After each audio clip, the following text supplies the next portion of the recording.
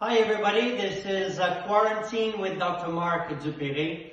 Thank you. I thought I would follow on the steps of a colleague of mine in Edmonton, Dr. Sharma, who's been doing this almost daily on his social media, where he takes questions from patients, online requests, social media requests, and answers them quickly, just to kind of keep the activities in our offices kind of alive, waiting to go back to work.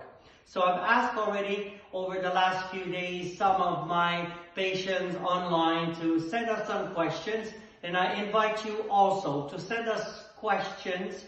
You go to our website www.visageclinic.com, go in the request a consultation and ask your question there. They will get to me, and I will try every day or every 2 days to answer 5 to 10 questions quickly, just to kind of keep everybody informed and busy. So my first question today is from Lucy in Ancaster, Toronto. How long after having a child can I do the DIVA treatment?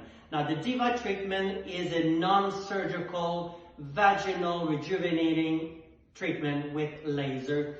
It goes inside the vaginal canal and will create thousands of little perforations to give some tightening of the vagina, also some increased lubrication. So the answer is 6 months after the last pregnancy, you are a candidate for the DIVA treatment. We do request a pap smear result in the last year or two. Obviously, it has to be negative. Now I have Andrea from Scarborough. She's asking, when doing the BBL, the Brazilian butt lift, what areas are normally included in the procedure? Now this varies. I don't have a cookie cutter type of location where I will harvest the fat. I like to go where there is enough fat for the Brazilian butt lift.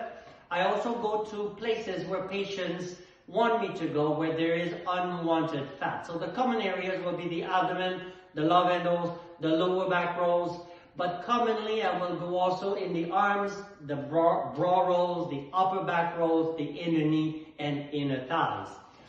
This again will vary depending on what the patient wants and this unwanted fat.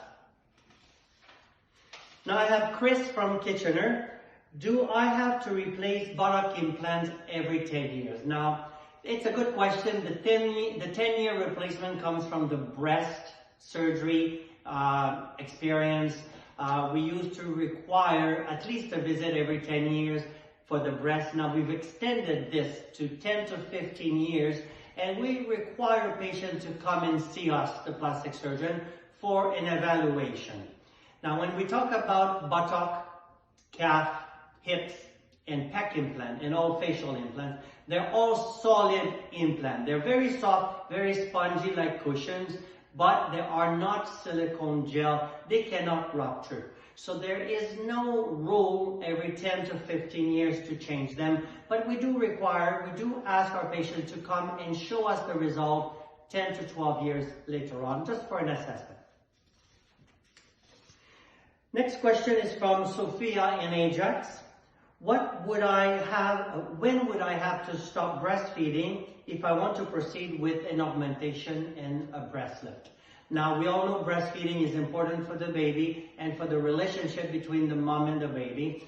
We also know that post-pregnancy, continuing breastfeeding will keep the breast enlarged, engorged with milk. And once the lady stops, obviously, the breastfeeding, the breast will take a bit of time to shrink down. And it's best to wait a minimum of 3 months. Sometimes we'll go up to 6 months to allow the breast tissue to shrink down and to give us the real final volume and shape of the breast. It will guide the plastic surgeon for a better decision for size and whether or not they need the lift. Thank you very much for watching. Stay posted. We'll post more question and answer later on.